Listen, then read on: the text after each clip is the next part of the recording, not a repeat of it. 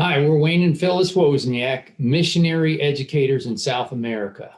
We believe the best way to fulfill the Great Commission is training national workers. You see, a native Peruvian can reach another Peruvian better, faster, cheaper than you or I can. So if you want to reach Peru, train Peruvians. We do this by training national workers through Bible colleges. We have a Bible college in Peru that we help to administrate, and we've got a marvelous group of students. And then there's also a Bible college in Colombia with a dynamic group of students. Each one of these students are called into full-time ministry, and both of these programs are designed to be residential programs where the students live there, eat there, study there.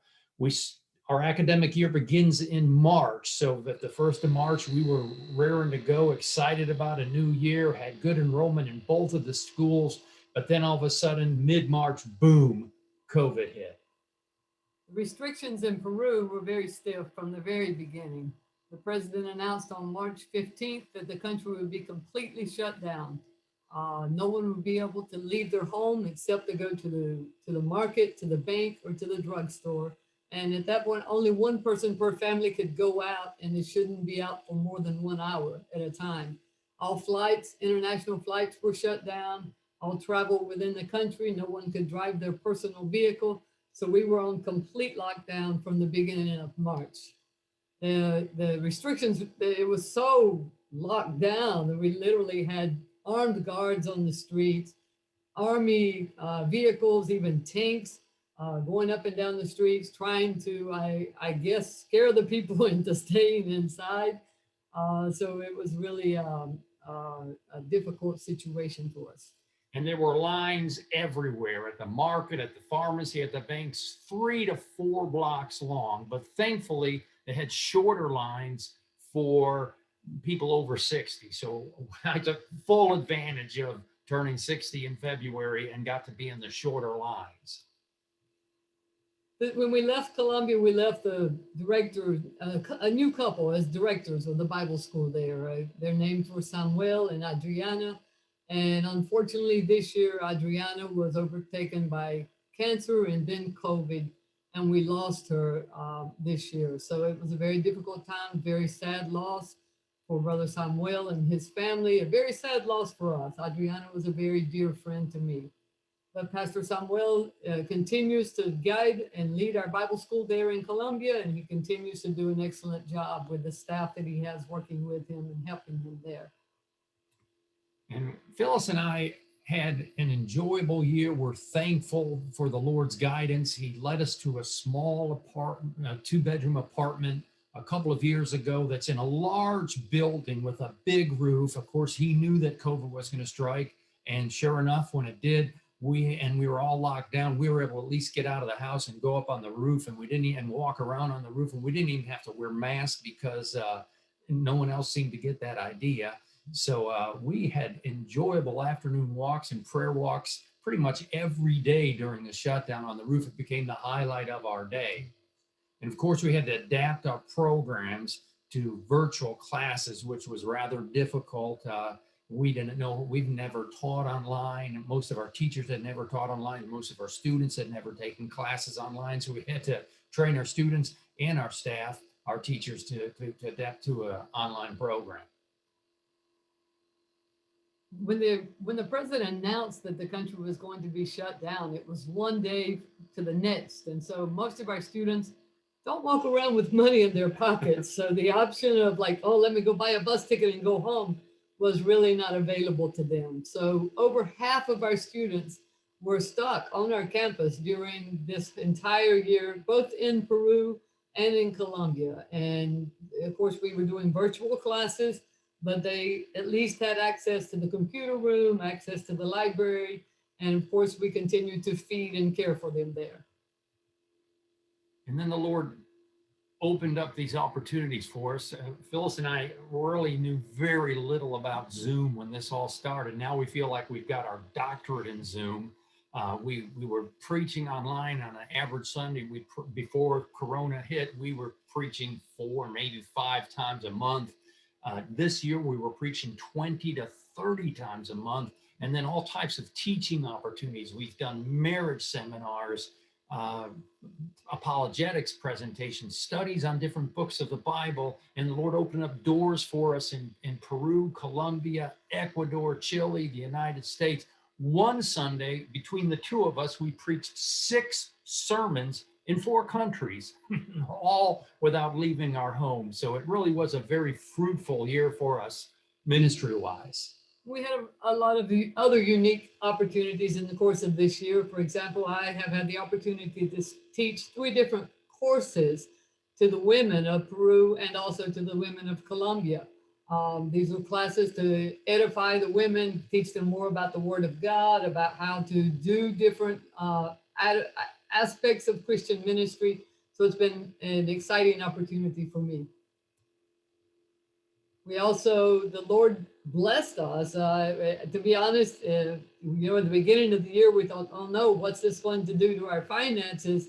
But the Lord blessed us, and we were actually able to give assistance to more than 50 pastors in the country where we live, Peru, in Colombia, where we lived fairly recently, and we have a lot of pastor friends there, and in the country of Ecuador. When the lockdown took place, everybody lost their job. In the States, some people lost their job, but in these countries, everybody lost their job because you were unable to go out at all. So this caused the finances of the church to really drop. And of course, tithing almost depleted, to 20% maybe of what it was previously. So it was a real blessing to be able to help the pastors during this time. I am a pastor's daughter. We've been pastors. And so we always will have a heart for pastors. And through your faithful support, we were able to bless pastors who had their income drop 50 to 80%. And we were able to bless them with a monthly offering through your support. And then we have a heart for pastors' kids. And we don't want them to feel like they're at a disadvantage for being pastors' kids. So at Christmas time, we were able to get gifts for a couple of dozen pastors' children, and that's always a joy for us.